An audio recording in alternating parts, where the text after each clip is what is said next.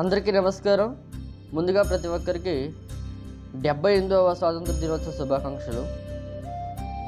అసలు స్వాతంత్రం అంటే ఏమిటి?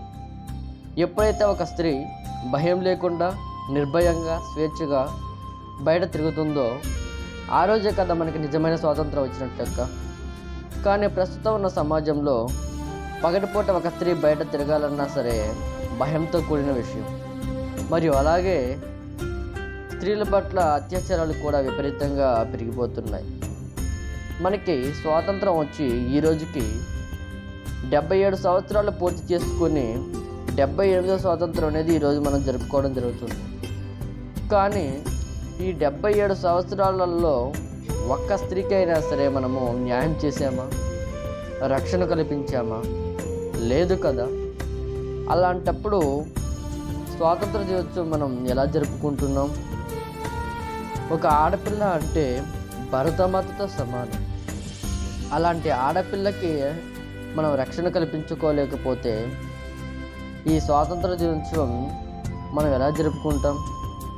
కాబట్టి ప్రతి ఒక్క భారత రాజ్యాంగం చట్టాలు కూడా ఒక ఆడబిడ్డకి న్యాయం చేకూర్చాలి. కానీ చట్టాలే రాజకీయ నాయకులకి చుట్టాలుగా మారి అలాంటి ఆడబిడ్డకు న్యాయం అనేది జరిగేలా చేయటం లేదు. ఆడబిడ్డకి అన్యాయమే తప్ప న్యాయం అనేది ఎక్కడ దొరకటం లేదు. స్వేచ్ఛ అనేది అసలు దొరకటం లేదు. కాబట్టి ఇంకా మనం స్వాతంత్ర దినోత్సవాన్ని ఎలా జరుపుకోవాలి?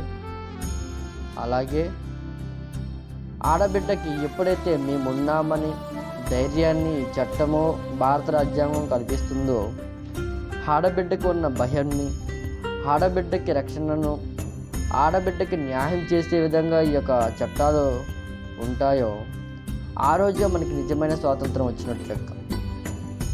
ఒక ఆడబిడ్డ వంటింటికి మాత్రమే పరిమితం కాకుండా దేశానికి ఒక సైనికురాలుగా, ఒక అధికారిగా దేశ భవిష్యత్తుల కొరకు ముందుకు నడిపిస్తూ ఒక ఆడబిడ్డను ప్రోత్సహిస్తూ నడిపించే రోజే వస్తే ఆ రోజే కదా నిజమైన స్వాతంత్రం వచ్చినట్లు లెక్క.